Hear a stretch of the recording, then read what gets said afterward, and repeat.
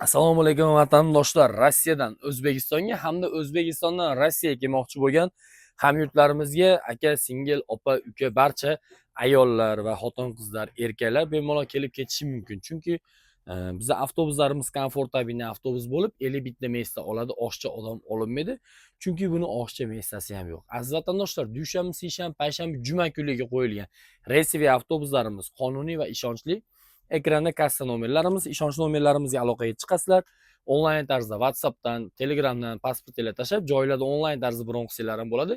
Kelib, bilet olib, yana qaytib ketib, yana kelmasdan sizlar ovora bo'lmagan tarzda bemalol kelib ketishlar mumkin. Aziz vatandoshlar, avtobuslarimiz 2,5 kunda O'zbekistonga yetib boradi. 3 ta shofyorlarimiz, yuklarimiz mutlaqo tekin. Hamda yosh bolasi bor, oilalilarga 50% chegirmalarimiz bor. Buni bemalol telefon qilib ma'lumotlarni olsanglar bo'ladi. Aziz vatandoshlar, ekranda nomerlarni qoldirib o'taman.